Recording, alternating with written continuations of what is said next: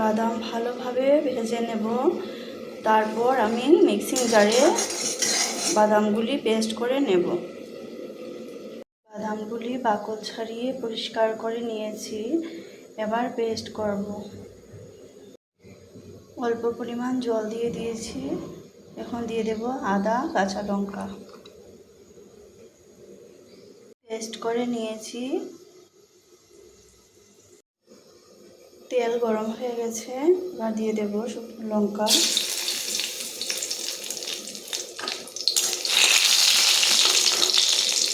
দিয়ে দিচ্ছি পাঁচফোড়ন,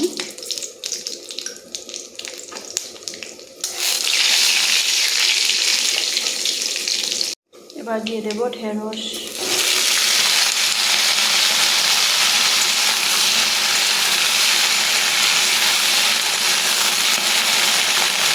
দিয়ে দিচ্ছি স্বাদ মতো লবণ, সামান্য হলুদ গুঁড়ো, জিরা গুঁড়ো, সামান্য পরিমাণ ধনে গুঁড়ো।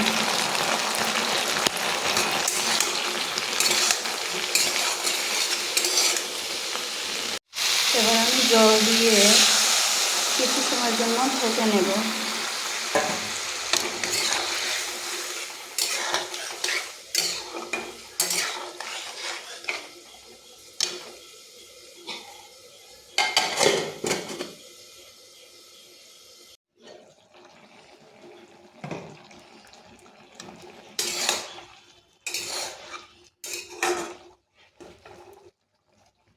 দিয়ে দিচ্ছি এবার বাদামের পেস্ট।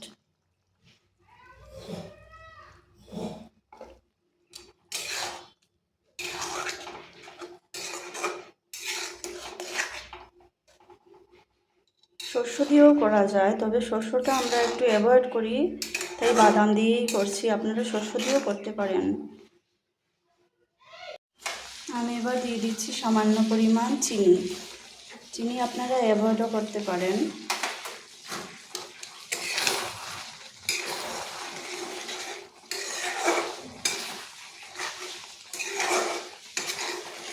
ঢেঁড়স চচ্চড়া হয়ে গেছে।